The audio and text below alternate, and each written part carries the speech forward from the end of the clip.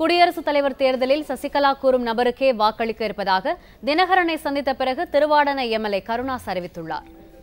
என்னை பொறுத்தவரை அனைத்திந்திய அண்ணா திராவிட முன்னேற்றக் கழகத்தினுடைய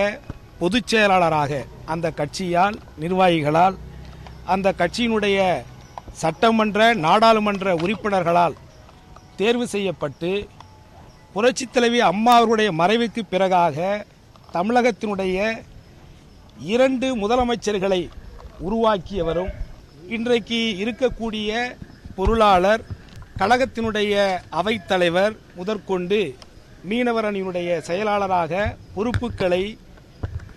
கொடுத்த புரட்சித் தலைவி அம்மா அவர்களுடைய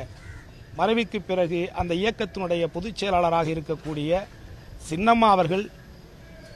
என்ன முடிவெடுக்கிறார்களோ அந்த முடிவுக்கு கட்டுப்படுவதுதான் ஒரு நிலைப்பாடு.